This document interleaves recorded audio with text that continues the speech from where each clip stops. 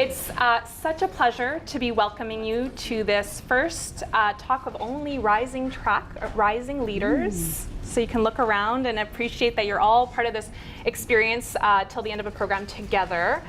My name is Miriam Bekouche, and I lead the program curriculum development at Parity Partners. I've had the pleasure of meeting several of you, but I'm looking forward to meeting more tonight. So this topic of giving and getting effective feedback is something that is very near and dear to my heart, and I'm sure all of us as well. It is one of the things that I'm so excited that we're unpacking from the performance review process and bringing it into an environment with some chocolate and some wine, right? Already, I think we're on the right track. But if I think about the opportunities in which I really was able to level up my experience and see things that were in my blind spot and improve, it came from really great feedback. And that has made such a tremendous impact. And when I think of what it feels like to step into an environment where I have feedback to offer, I still feel those butterflies in my stomach, and I'm not always sure the way that it's going to be received. So I think it's excellent that we're already starting to practice and that we'll be getting some really wonderful insights from our fantastic speaker tonight, Shani Magoski. Welcome. Thank you. I'd love to give a little bit of a background bio here. So Shani Magoski is the author of the Better Boss Blueprint and the founder of the Better Boss Project. So this experience has come from her own journey as a professional, including as she's worked in 3 divisions of Goldman Sachs. She's managed a TV station and was COO of an international marketing firm before launching the leadership and development consulting and executive coaching practice that she is now engaged with. So right before we hear from you, Shani, I want to do a few things. So first of all, a couple of updates on the Parity side. We're so elated to share that 75% of our members to date have participated in their first pod meeting. So go you, go all of you. It's really, really great, and we encourage you to show up and contribute to your pods. There's so much richness in there for all of us to talk about feedback. It's another great environment for that. And we want to remind you also that our selfie contest is still live, right? So who's sent in a selfie? Whose pod has selfie? Okay, so we have lots of opportunity for growth here. That's my feedback to you, okay? So remember, there's some really wonderful prizes on the line. We've got, your pod can go to Dry Bar, Soul Cycle. We did that as a partial team experience, and it's really, really exciting. So just keep in mind, there's lots of fun things to do. Oh, hold up. You guys do pod meetings at Soul Cycle? I can't breathe when I'm on the bike. How do you guys do pod meetings on the bicycle? No talking. Yeah. There's a rule. Actually, we can talk to Ryan about that. Oh, okay. Exactly. Or go to Soul Cycle. Exactly. Got it. Okay. Exactly. And then last but not least, before handing it over, I'd like to invite you to take a little bit of a moment to pause and reflect on the opportunity that we all have to be here together. It's something that I find very effective as a mindfulness coach. And I want us all to take a moment here to savor what we're experiencing together. So if you will indulge me for just one moment, just feeling yourself present in this room. You can feel your feet on the ground, feel yourself in your chairs. And if it's comfortable for you, you can even close your eyes here and take a really deep breath. And let that day go. Really bring yourself into the present here with this phenomenal group of women. Remarkable members of P3 that are going through this journey with you together. And maybe connect in with a little bit of a sense of gratitude for all of the women in this room right now and beyond in the program. And let that sink in. Let that really become something that you can feel and you can savor. And that's it. When you're ready, you can open your eyes. Maybe look to your left, look to your right, and thank each other. Yeah. Namaste. Namaste. Aww. Thank you all for participating. Now we hand it over to Shani Magoski. Thank you. Thank you, Miriam. Woo! Okay, let's just get into this. One of my favorite quotes of all time by George Bernard Shaw: "The single biggest problem in communication is the illusion that it has taken place." Something that I've started to say to people recently is that poor communication is like the plaque that clogs the arteries of effective organizations. And I've started to refer to myself as a corporate culture cardiologist. Because that's my mission, is to try and make organizations healthier. And I swear to you, it starts with improving the quality of our conversations. And feedback is one of the most important conversations that we can have. Speaking of feedback, again, just love to hear from a few of you on your conversations that you were having out there. What's your current state of mind about feedback, both giving or receiving? Feedback through my career, and I have both been an employee and an employer, and I run a very successful financial firm. I find feedback to have been the most important tool that I have experienced, both giving it and receiving it. And do not be afraid to offer it to anyone, and do not be uptight when someone offers it to you.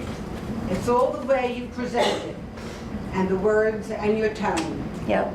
So it's a very valuable tool to use throughout your Absolutely. career. I was just teaching a course in Miami the last couple of days about communication skills and presenting, and there's a pretty well-known statistic in that universe that talks about what percentage of the communication impact that you have on other people do you think is verbal, vocal, or visual? And to your point, believe it or not, I'll give you the punchline, only 8% of the impact is verbal, what you're saying. The vast majority of it is how you're saying it and how you're delivering Your it. body language. Exactly. Why is feedback important? To me, the best definition of leadership is that it's a conversation, right? Leadership, different than management, right? We're not talking about do we check the boxes and approve vacations and write our performance reviews on time. We're talking about leadership, and leadership in my mind is a conversation. And feedback is often a conversation that goes awry because a lot of people are not equipped to give high quality feedback, and also to the point that I was mentioning earlier, that feedback doesn't have to have a negative connotation. Most people give really shitty positive feedback too, right? You know, just saying, what's her name? Brittany, great job. Okay, so what, right? Now, what does she now know to keep doing or do more of? Nothing, right? So part of becoming a better feedback giver is to up your game on the positive feedback too, okay? And you know, a lot of you probably see this going on in your organizations, even in financial services, which tend to lag in performance management best practices, but ongoing feedback is what we're asking people in leadership positions to do to replace kind of that annual performance review, which is generally useless, right? And when feedback is done well, at the end of the day, it does all these things on the slide, but the highlight to me is what I put in bold letters, is that it leads to greater success for ourselves, for our teams and our organizations, and that's why we all work, right? All of the softer skills and that sort of thing, they're super important because we're here to drive results. Okay, and if you don't believe me, you can believe Google, arguably one of the biggest, best organizations. So just a couple of reference tools here. We don't need to go into them, but right, Google does more research probably than all of us combined.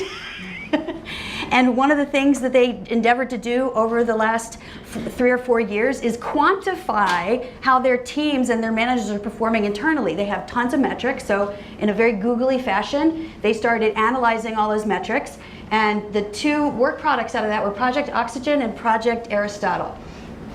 And Project Aristotle is the one I'll highlight here. The attribute, the very top attribute, like far and away ahead of all the others of their best performing teams, was that the teams had psychological safety. People felt free to speak up without fear of repercussion and negative ramifications. It was okay to fail and learn from your mistakes, and that superseded all the other things that we think make effective teams, like having meetings that are efficient and right, all that sort of stuff, right? And so that speaks to why it's so important to give feedback and have the kind of relationships where we welcome it, as a lot of you have already referred to. Here's where we start to tie together wine and feedback, because believe it or not, my recommendation is not to get drunk before you give feedback. That's not where the dots connect.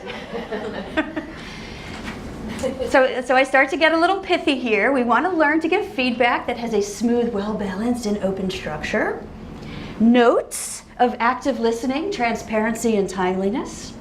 And a satisfying finish that serves to elevate performance and engagement. That's why we do it. And I've got some acronyms that go along to support the wine analogy. I'm a big fan of acronyms because that's the only way I can remember things in my old age. I know I look 29, but I'm not. Just kidding. And so here's the first wine acronym I'm going to teach you tonight. And it's PINOT. And I guess I have a picture of red wine, but it technically could be red or white, depending. And it's a series of best practices for giving feedback.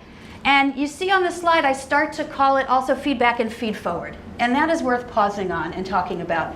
Feedback alone, just commenting on what is already water under the bridge, isn't totally useless, but it's way more useful if we have the conversation that goes something like, what about it now? That's essentially what feed forward is. And so when I say the word feedback tonight, what I really mean is feedback and feed forward as a package, okay? So P for permission. Is now a good time? How many of you have just had feedback sprung on you? Right? Are you in the most receptive mode to get feedback when you're in a hurry, or you've just had a fight with, your significant other, or you're on a tight deadline? No, right? So part of delivering feedback is making sure that the recipient is primed to receive it, right? So check in before we launch in. Is now a good time? If it's not, schedule something that's going to work better for everybody. Number 2, interactive. This is where we have the notes of active listening. Feedback is not a one-way conversation where we are just doing all the talking. Part of the way I've designed feedback, and I'll teach it tonight, is we get to express our opinion and talk about the facts, right? And the data. And we want to ask questions and engage the other person and let them speak up and talk about what's going on for them, because we might actually learn something. So asking powerful questions and making it interactive is the I. No bullshit. This is, and listen, I think, I like your style. If that's your style, that should be your style. It sure could you have a little more empathy, self-proclaimed? Probably, right? But also you don't want to not be yourself. And that's because people pick up on that. We want to give feedback in the way that's authentic to you. And part of no BS is also don't beat around the bush, right? We've all been on the receiving end of obtuse or passive-aggressive feedback. And it's useless, right? Next, often, continuous and timely, right? We heard from the back, just-in-time feedback. I love that.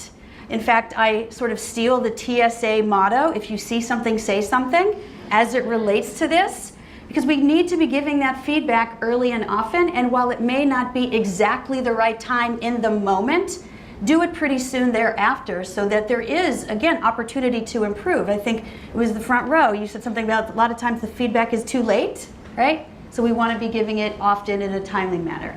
And then at the end, thank you. For the same reason we want to make sure we're giving permission, it's just kind of polite and respectful to say thank you for taking the time to listen to my feedback, right? So those are the PINOT best practices. Now, the piece de resistance of the evening is the SIP model. And this is the model for structuring our feedback. SIP is both an acronym as well as really a nod to how we want to deliver feedback, which is in sips, the way we sip wine. Because a lot of times, and I'm speaking from my former experience, because I led teams at Goldman, I led teams at the TV station, I managed managers when I was chief operating officer. So I've given a lot of feedback in my time, and I wasn't always comfortable giving feedback. So here's what would happen to me. Something would happen, and I'd say, oh, timing isn't right, so I don't say anything.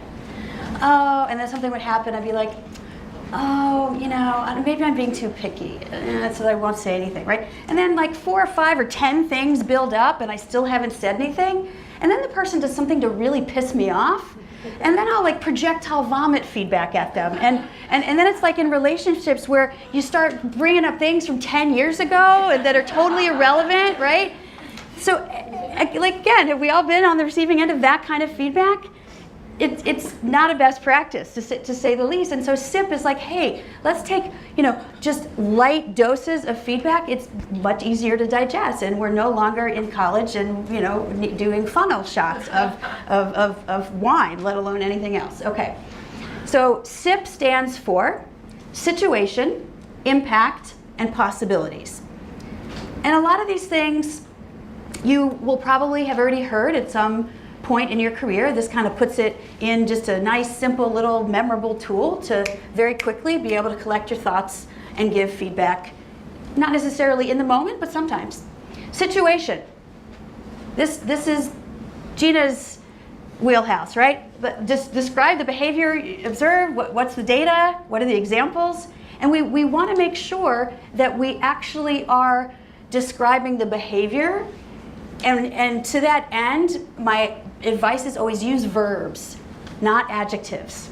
Because when we start to use adjectives, it feels like a label and it feels like a judgment, versus verbs is more descriptive of something we saw or we heard, and much harder to dispute, actually, right?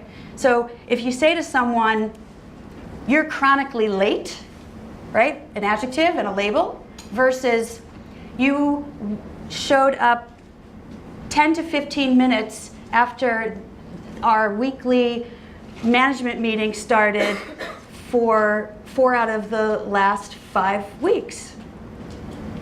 You're saying the same thing, but you're saying it in more of a factual, behavior-oriented way as opposed to with a label of you're chronically late. Okay? So that's situation. Impact. This is where it helps us to keep it in business terms, right? Because anybody ever been accused of getting emotional? Right? God forbid.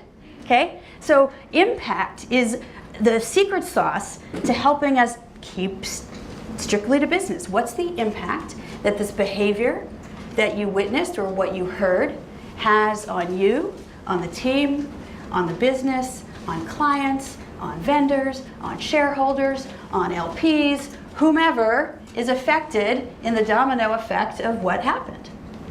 Just keeping it to the business. And then lastly, possibilities. This is really where we turn it into feed forward. And we start asking questions about, okay, now that I brought this information to your attention, what do you want to do now? And I've got a series of layup questions later in the presentation, and you'll have it in your follow-up materials that you can start to ask, bless you, in the possibilities section. In fact, if I can back up to impact and situation, we want to be asking questions there too, right? Because part of PINOT was interactive, right? We want to be asking powerful questions. So we can give our opinion, give the description of what we saw or heard, and then we can ask a simple question like, how does it show up for you? Or what's your perspective? And it gets the person to just respond to you. And then in the impact section, you can also ask questions, but possibilities section, this is the gold, and this is where the relationships really start to crystallize with people and will turn you into the kind of feedback giver that people want to get feedback from. Because you're starting to turn it into an opportunity for them to grow and develop and learn, and whether they're recovering from a mistake and committing to do something differently, or you're lauding them for a huge accomplishment and encouraging to play a bigger game, you become this person's cheerleader, and it also becomes that it creates that dynamic where people want the feedback and view it as a gift as opposed to a criticism or a critique. So that's SIP in a nutshell. Any questions before we get a little, show you some examples? Yes? I know you said to not use adjectives like chronically late. However, can you say, I've noticed you've been late the last 4 out of 5 meetings. Yes. Is there something going on personally that we can help you with, or I can help you with? To recognize that that person may be going through a difficult time personally, and so that you're here to listen and understand, and maybe you're too afraid to divulge. 100%. What you just said is beautiful. Yeah, Okay. and you didn't have, there were no adjectives in there. I mean, it's not that you can't ever use adjectives. I'm just like, it's just be very careful when you're describing the behavior, because it's very easy to start putting opinions in it. And so my best advice to avoid opinions is to be very planful about the languaging and avoid adjectives to the best of your ability and just describe what you saw. Because when we start using adjectives again, those are opinions, they're judgments, they're labels oftentimes. Okay, now, oh, yes. Curious,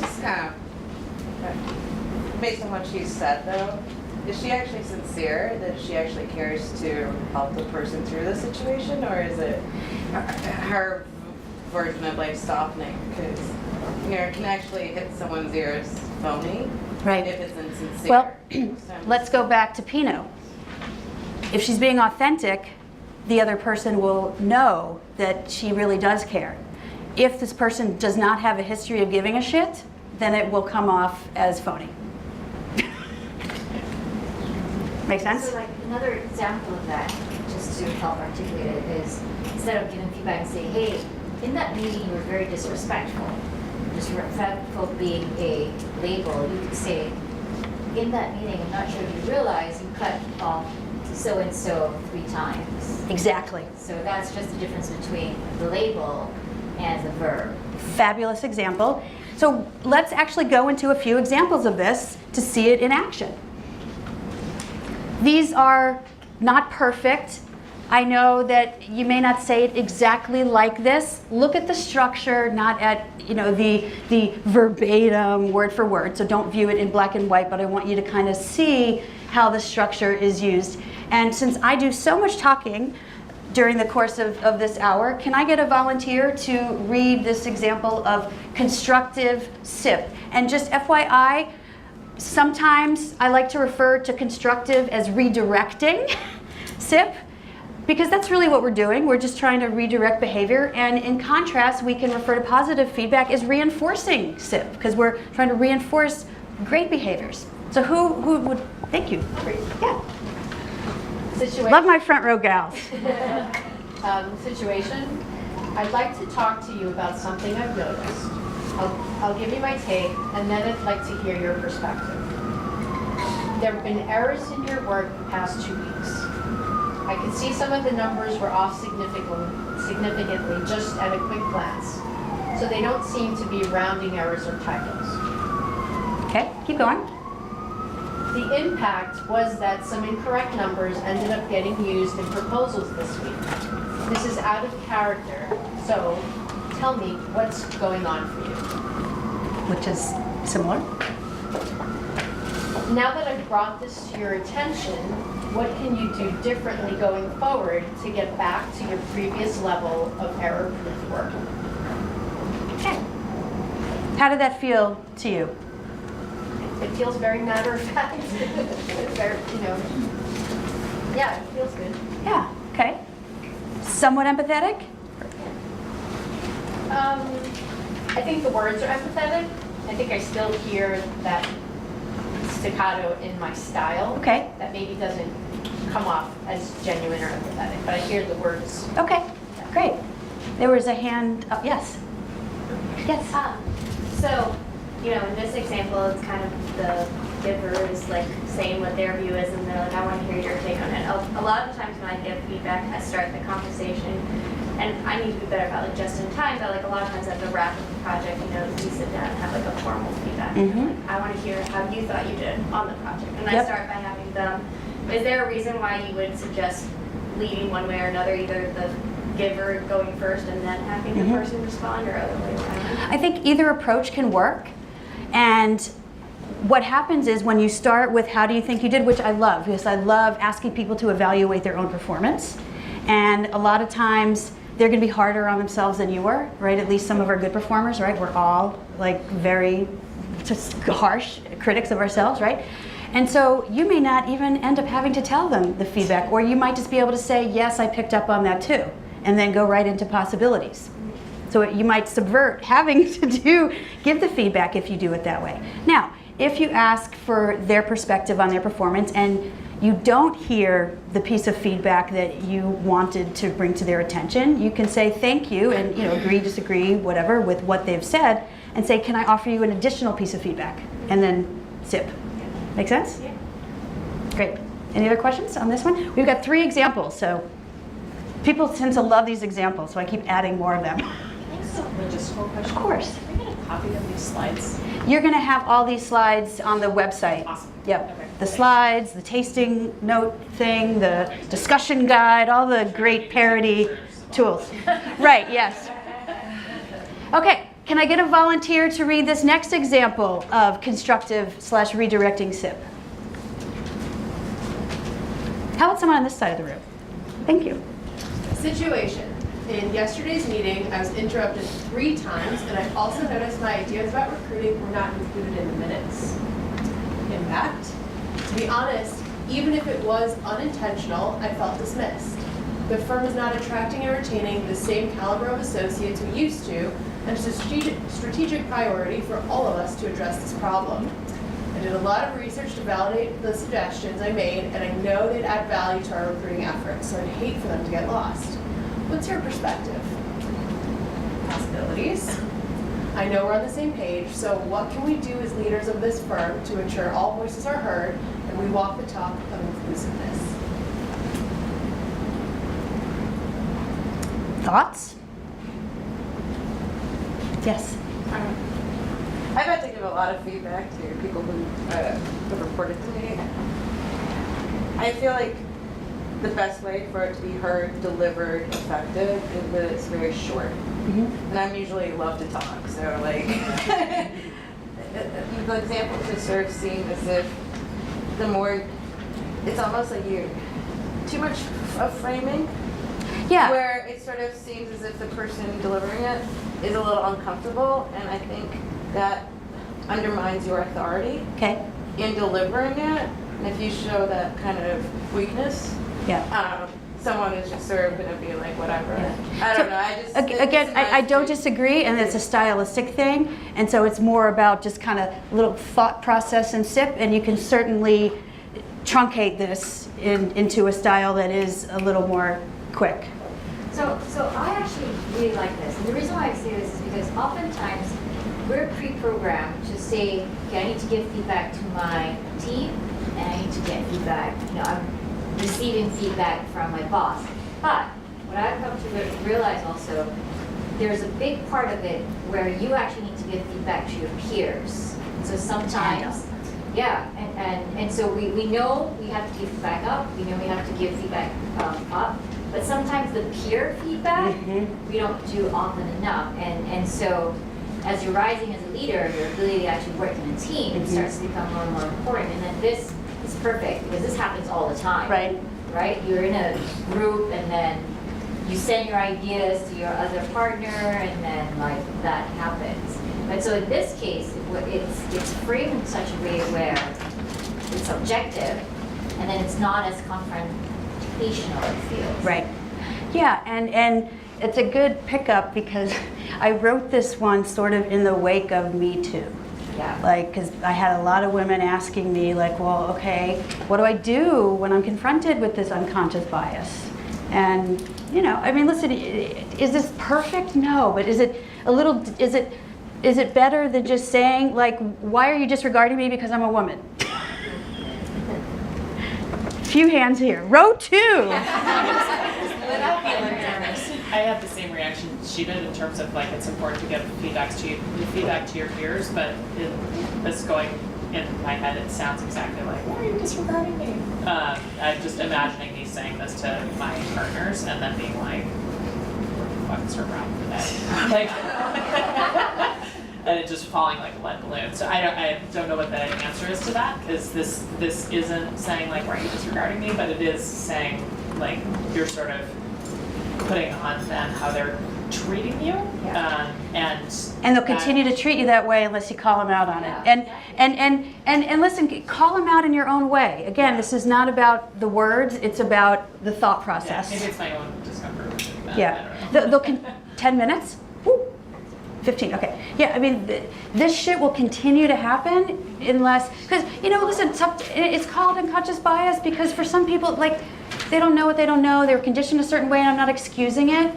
And just like Miriam introduced me by talking about the impact of learning our blind spots, for some men, this is a blind spot, and we're not doing anybody a service by letting them get away with it.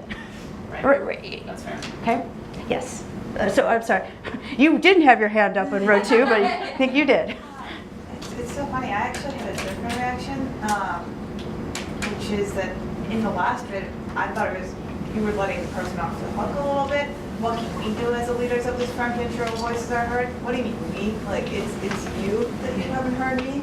And then by doing that, you're actually sort of coming to that point that you're diminishing the point, the really important point that you're making, that these people are not listening to you. So it's weird that I had a different reaction. But that being said, I'm not saying that I do that all the time, where it's very easy for me to do it, yada yada. But it's at least for myself. But as a side note, this is much more easier for me to call it out when it's being done to others as opposed to myself. And at that point, I try to not use the word we and say, what are you doing? Yeah. Because I think that kind of lets them off the hook. Yeah. Yeah. And again, you can certainly change the languaging of it, and it also depends on the context, right? And the way I was kind of envisioning this when I wrote it was that it was like very senior person to very senior person, and it's like, you know, I noticed you did this, and I'm not excusing myself. I'm not saying I never do any of this too. Like, I mean, I experienced stuff. Okay, here's an example. I went to the University of Miami and worked at Goldman Sachs.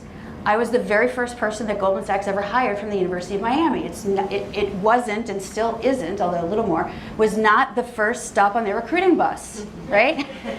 And I faced some bias, even interviewing there and starting to work there, until I proved myself. And it had nothing to do with me being a woman. It had to do with the diploma that hung on my wall. Even though I was valedictorian in my class, in the honors program, right, all this stuff.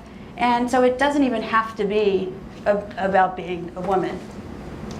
Answer the question? Yeah. And Yeah, so it's interesting because for me, the way I hear it is not usually, oh, these people keep interrupting me. It's more feedback on my female counselees or women who I'm managing of, oh, she keeps interrupting. And it's always from men who are more senior than her, and sitting in rooms with them, it's because if she's not interrupting, she doesn't get to speak. And so I like this way of putting it because I haven't been able to think of a political way to say, but you don't ever let her talk. And so the only way she's going to get a word in edgewise is by interrupting you. great. And I love that you want to speak up on her behalf, because that's part of the equation is speak. When you see something, say something. It doesn't have to be yourself. You can just be making an observation. And ultimately, if we say enough of these things in a constructive enough way so that we are heard, so we're having the impact that we intend, because a lot of times that's the mismatch. We intend something and the impact is 180 degrees different. This helps, it's not 100% foolproof, assure that we're going to have a better chance of having our impact match our intent match our impact. Okay, let's read one more example, and this is going to be a positive reinforcing SIP. And again, can I have a volunteer? Thank you. Situation. The conference you organized was a huge success. The content was timely and well received, the speakers you selected added interesting new perspectives, and the logistics were flawless. Here we can use adjectives. Impact. It really increased our customers' confidence in our firm and raised our profile as thought leaders in the industry. And because of your skill on this, I was free to focus on another strategic project. I can't thank you enough. How do you feel it went? Possibilities. Or we could have asked that question first, to your point. Yes, sorry to interrupt. Possibilities. I could see you managing an even bigger event next year. What other high-profile projects are on your wish list to work on?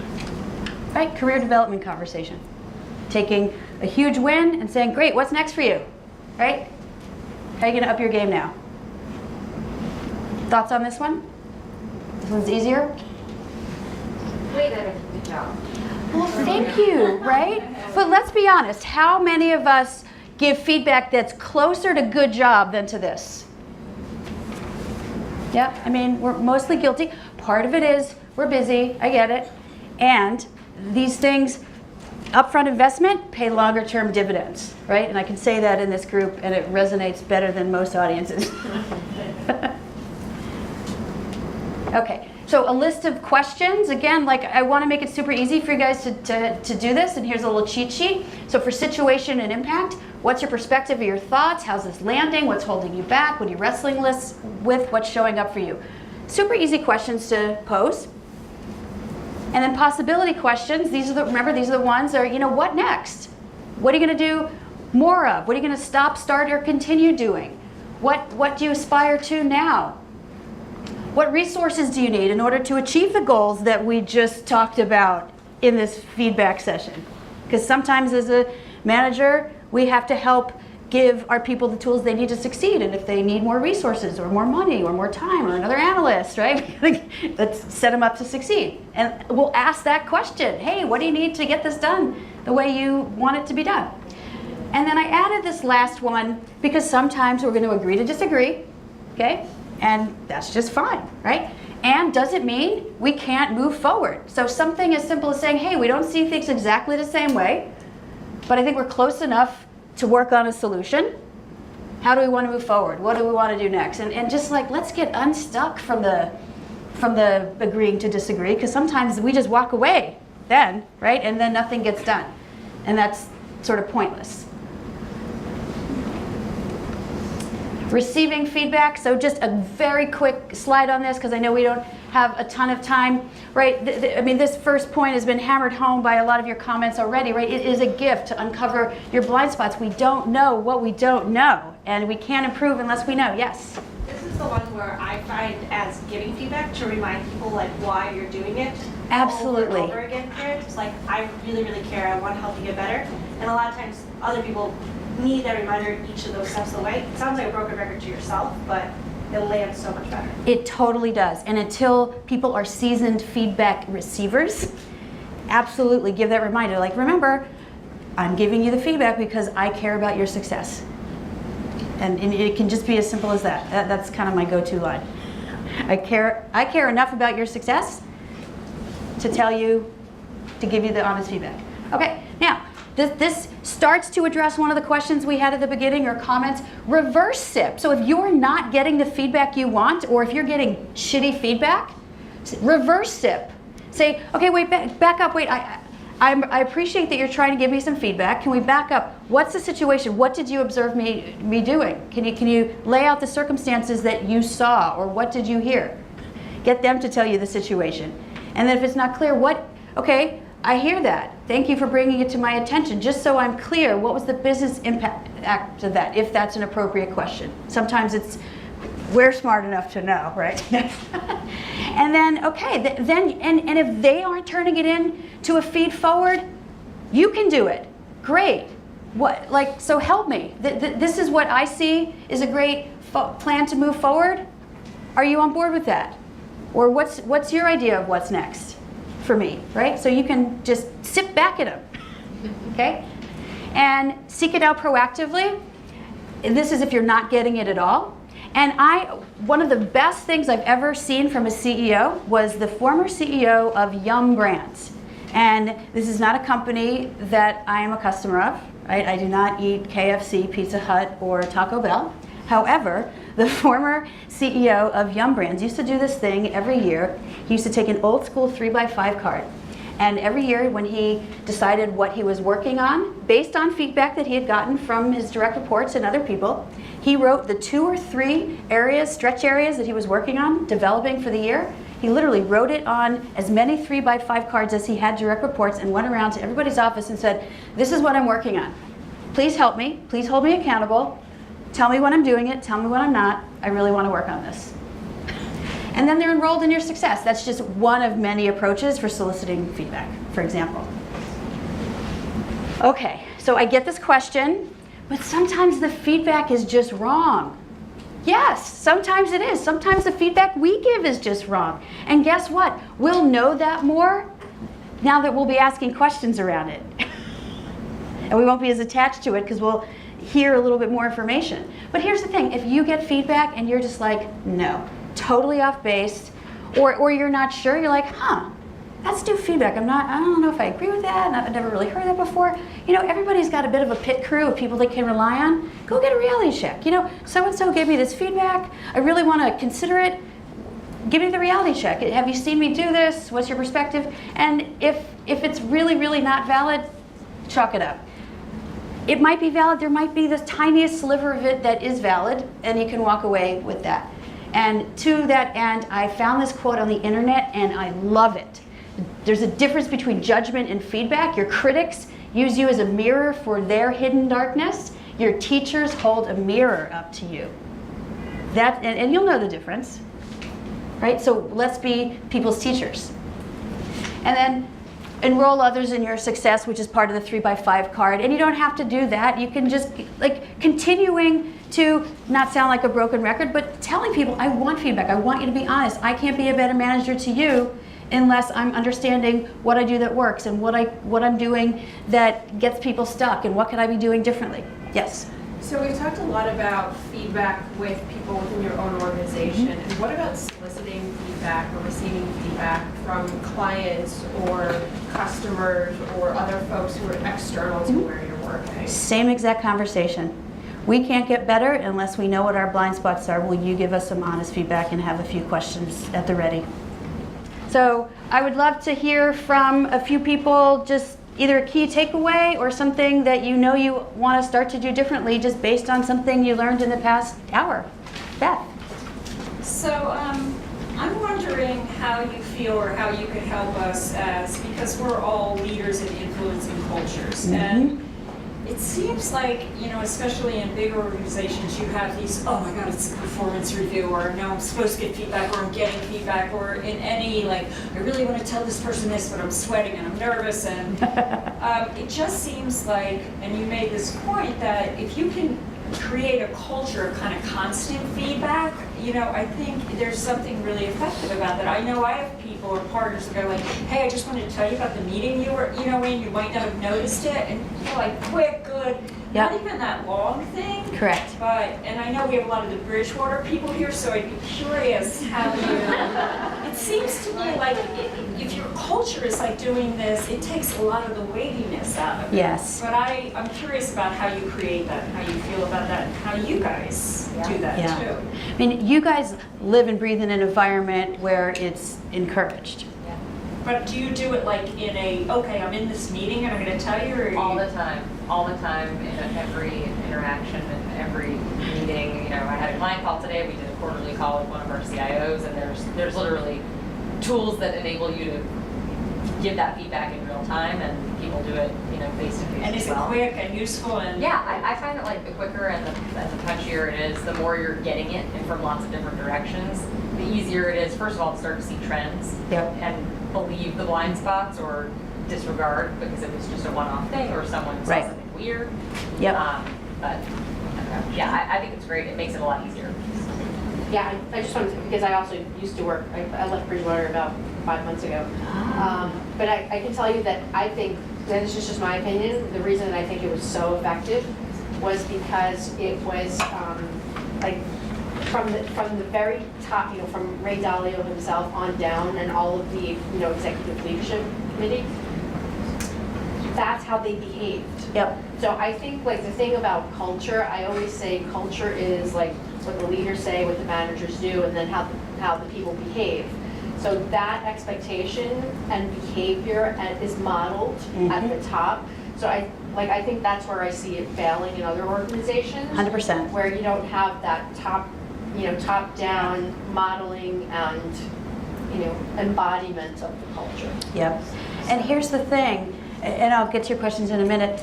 You guys are so fortunate that you've got that culture, or that you used to have that culture, and that doesn't exist everywhere, not just on Wall Street, but in most of the world. I mean, I teach leadership stuff literally all over the world, and it's prevalent everywhere you go. And culture does start at the top. Peter Drucker said, culture eats strategy for lunch. I couldn't agree with him more. And we need to act and give feedback, whether it's part of our culture or not, because that's what we can influence. Have you guys seen the circle of influence and control? I teach this in a different context. Like in the middle is what you can control, which is very small, because why? What's the only thing that any one person can control? Themselves, right? So it's the smallest circle. The next circle, concentric-wise, is the circle of influence. And then the biggest circle on the outside is what's out of our control. If you are working for a culture that is not Bridgewater-esque, largely out of your control, unless you're next in line to be CEO. right?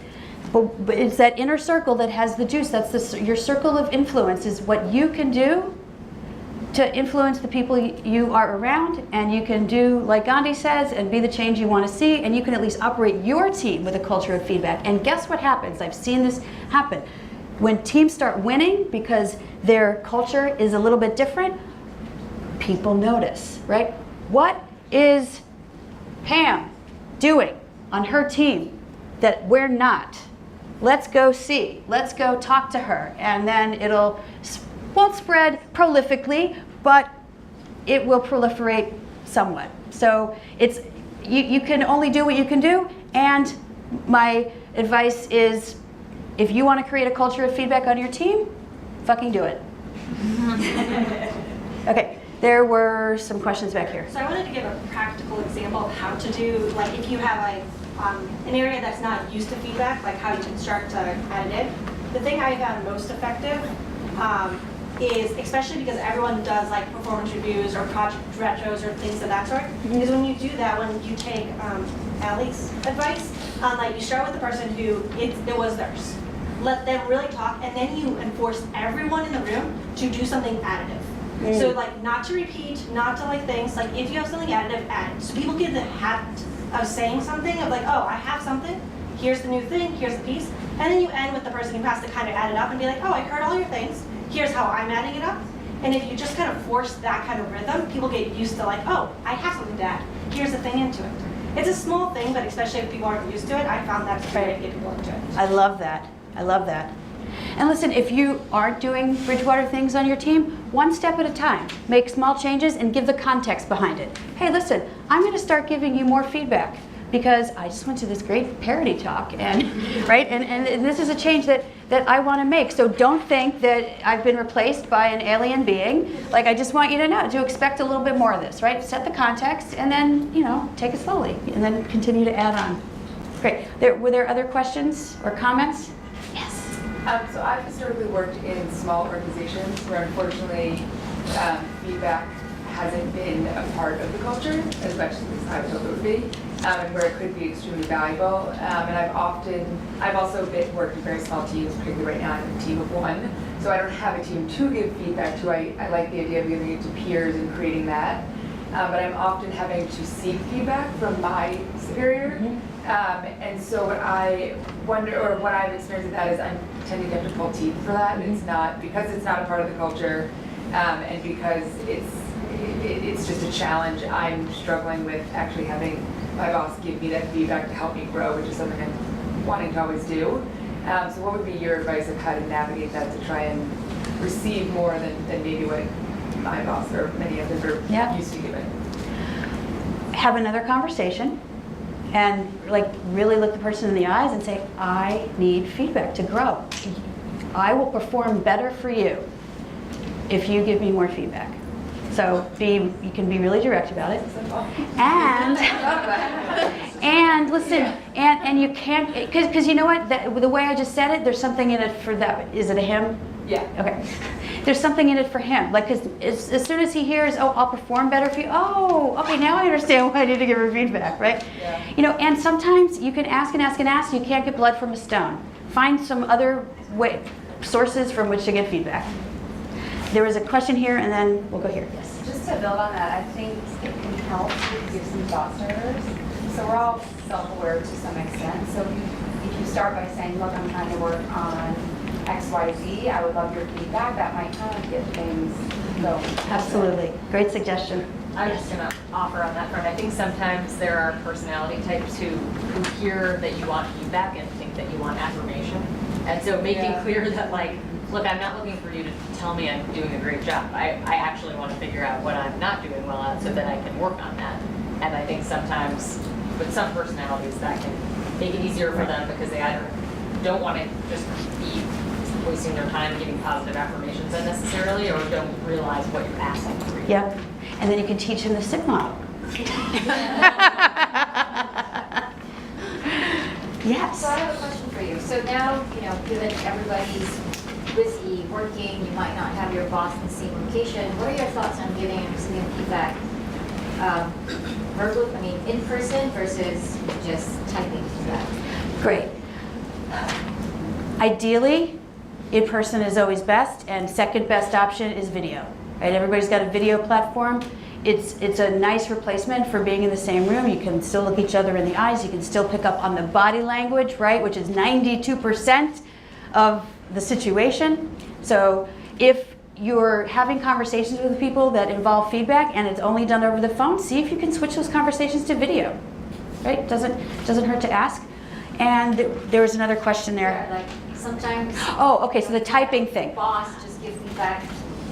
Here's the thing about the typing.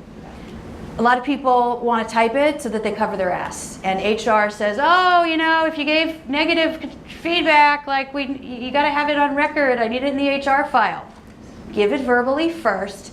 Follow it up with an email summarizing what the conversation said, so you've had both. So that it, because I mean, we all know things don't land well by email most of the time, especially constructively.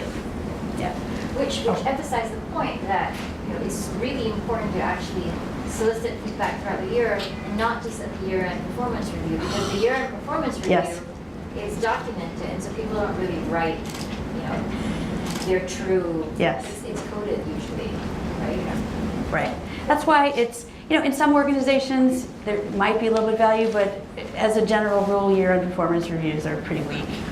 We'll take one more question. Okay. I guess two things. One, I used to have a boss that would say when someone gives you feedback, say thank you, because people don't do it, and also maybe wait 24 hours even to respond, because sometimes your initial thought is to get defensive.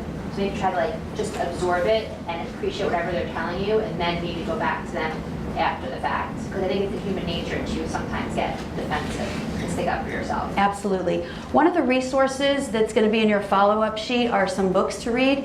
And one of the ones that's coming to mind now to piggyback onto your statement is a book called The 4 Agreements. Does anybody know that book? Yeah. Fabulous, quick little read, and airplane read or something. It's literally it's called The 4 Agreements, but I look at it as 4 life lessons that will make your life so much more pleasant and joyful, and not just in the context of feedback, but overall, but it does apply to feedback. 1, be impeccable with your word. Meaning, right, let's be accurate, let's not exaggerate, let's not gossip, right? Let's say what we mean and mean what we say. Always do your best, and I love that as it applies to feedback, because it's like, let's actually take feedback seriously and give our best feedback. Because again, great job is lazy. Okay? Don't take things personally, and don't make assumptions. Right. And that's why asking the questions is so important, because otherwise we're just presenting a whole bunch of assumptions. Yeah. And then just on your comment about email, I know email can be very hard to get tone, but I think for your peers, even people who work for you, I really like getting sometimes feedback. If I send an email out, if someone write back and say, these points were right on because of A, B, and C, or actually, I think you missed this point, I actually like that, because it's A, it's real time, and B, then it's not like, to your point, like your boss doesn't give you feedback. It's like, well, if something is happening right away. Yes. So in that time frame, I don't mind an email, because it's like, oh, someone actually read my email. For sure. That's a really great point. I was answering that question more in the context of manager to direct, because I get a lot of questions about, well, shouldn't I put it in email so that there's a record of it? And the context about what you're describing, absolutely. And listen, better by email than nothing. But here's what I'd like everybody to do for field work. I don't want to call it homework, because hopefully you want to do this. Think about some feedback that you really need to give, that you've been avoiding giving, either positive or constructive. Take the SIP model, use the SIP model to think through how you want to construct your feedback, and give it. Practice it maybe with one of your Parity colleagues. Get the words out of your mouth, get some feedback from your partner. That's what this exercise was designed to do, to have you guys think about it, practice, give some feedback to your partner about how it landed. Maybe you want to tweak your word choice a little bit. Maybe you used an adjective and you want to think of another way to say it, etc.